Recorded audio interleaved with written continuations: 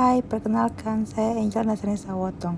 Sekarang saya akan membahas mengenai tim proyek. Tim proyek adalah semua personel yang tergabung dalam sebuah pekerjaan proyek. Tim proyek dibagi menjadi dua, yaitu satu tim inti atau project office yang bertanggung jawab kepada manajer proyek, yang kedua personel fungsional yang bertanggung jawab kepada manajer proyek dan manajer fungsional. Tim proyek berkedudukan di dua tempat, yakni kantor pusat, pekerjaan pendahuluan atau perencanaan seperti jadwal, anggaran, desain, rekayasa, dan kegiatan purchasing. Yang kedua, lapangan, pelaksanaan eksekusi, implementasi proyek. Peran manajer proyek. Yang satu, integrator sebagai orang utama dalam proyek, mengintegrasikan apa saja dan siapa saja yang terlibat untuk mencapai performansi yang ditargetkan. Yang kedua, komunikator, mengolah, menyaring, dan menginformasikan informasi kepada stakeholder sebagai tempat terakhir menujunya laporan, memo, permintaan, dan keluhan. 3. Decision maker, keputusan yang menjadi wewenangnya realokasi SD, menyeimbangkan kriteria biaya, jadwal, dan performansi. Yang keempat, motivator, mengarahkan dan menumbuhkan komitmen dari personil dengan basic berbeda terhadap tercapainya tujuan dari proyek.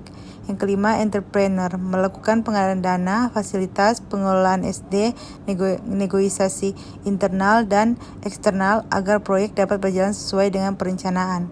Yang keenam, agen peubah, mempelopori pemakaian ide baru, inovasi, dan berusaha keras untuk mengatasi halangan untuk melakukan perubahan. Tanggung jawab manajer proyek. Yang pertama, merencanakan kegiatan-kegiatan dalam proyek, tugas dan hasil akhir, termasuk pemecahan pekerjaan, penjadwalan dana penganggaran. Yang kedua, mengorganisasikan, memilih, dan menempatkan personil dalam tim proyek. Yang ketiga, mengorganisasikan dan mengalokasi sumber daya. Yang keempat, mengidentifikasi masalah teknis, titik temu dari konstituen, subkontraktor, user, konsultan, dan top manajemen. Yang kelima, menyelesaikan konflik yang terjadi dalam proyek. Yang keenam, merekomendasikan penghentian proyek atau pengerahan kembali SD bila tujuan tidak tercapai. Otoritas manajer proyek.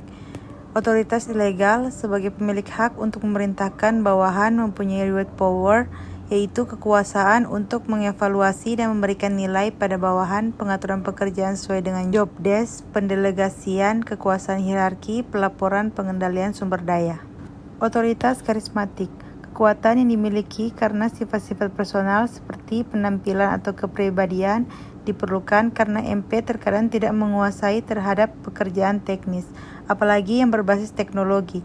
Kemampuan mempengaruhi tanpa harus diberi perintah, kemampuan bersosialisasi dengan konstituen. Kompetensi dan orientasi manajer proyek.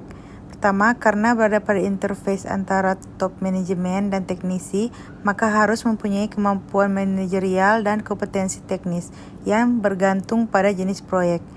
Berikutnya, latar belakang yang luas, pengetahuan dalam menggunakan alat manajemen, jenis kontrak dan konsekuensi yang ada, memonitor dan mengendalikan proyek secara komunikator. Proyek R&D, manajer dituntut memiliki kemampuan teknis yang tinggi dan kompleksitas dan orientasi teknik dan proyek dan orang-orangnya. Selanjutnya, proyek pengembangan produk. Manajer dengan kemampuan manajerial yang lebih menonjol karena keterlibatan beberapa area fungsional yang berbeda. Anggota tim proyek. Terdapat manajer proyek, wakil fungsional, project engineer, contract administrator, project controller, customer liaison, koordinator produksi, quality assurance supervisor, manajer lapangan, project akuntan. Berikut anggota tim proyek. Yang pertama, kontrak administrator, 2 project controller, 3 project akuntan, 4 customer liaison, 5 production coordinator, 6 manajer lapangan, 7 quality assurance supervisor. Adapun juga peran lain luar tim. Pertama, manajer program, 2 manajemen puncak. Itulah hasil dari sedikit penjelasan saya mengenai tim proyek. Jika ada kesalahan kata atau kekurangan kata, mohon dimaafkan. Terima kasih.